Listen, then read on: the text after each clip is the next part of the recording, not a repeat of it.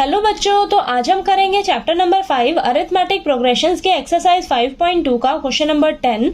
हमें दिया है the 17th term of an AP exceeds its 10th term by 7, find the common difference.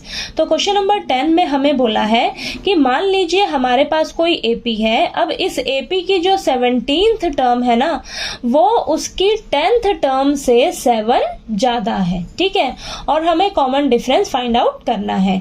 तो आपने इस कंडीशन को ध्यान से समझना है और इसी कंडीशंस को यूज करके हम क्या करेंगे, कॉमन डिफरेंस जो है वो निकालेंगे। ठीक है, तो चलिए स्टार्ट करते हैं।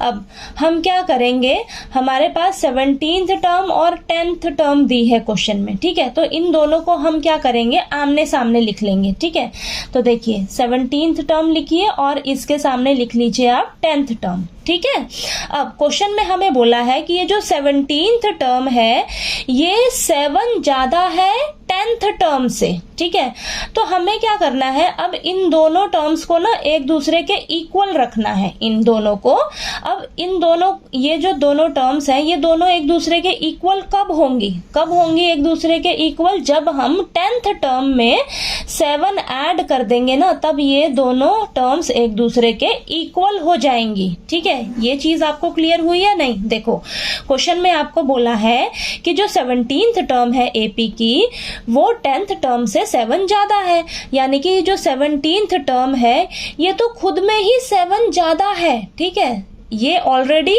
क्या है, 7 ज्यादा है 17th टर्म। तो हम क्या करेंगे, अगर 10th टर्म में 7 प्लस कर देंगे तो ये दोनों टर्म्स एक दूसरे के इक्वल हो जाएंगी।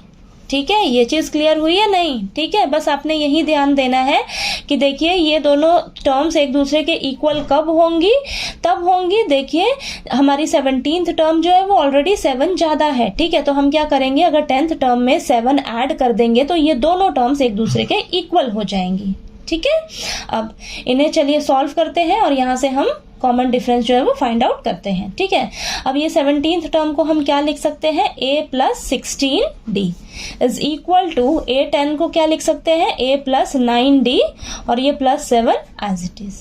ठीक है, अब यहाँ a से a कैंसल और ये 16d है और ये इसको यहीं पर रखिए, प्लस का 9d है, इधर आकर माइनस का 9d हो जाएगा, 7 को ऐसे ही रखिए।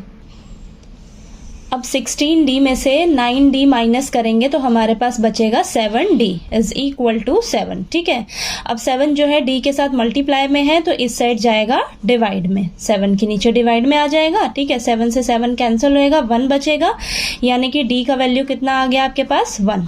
ठीक है, तो हमारे पास कॉमन डिफरेंस कितना निकल कर आ गया, 1। तो यहाँ पर लिख लेंगे हम therefore the common difference is 1।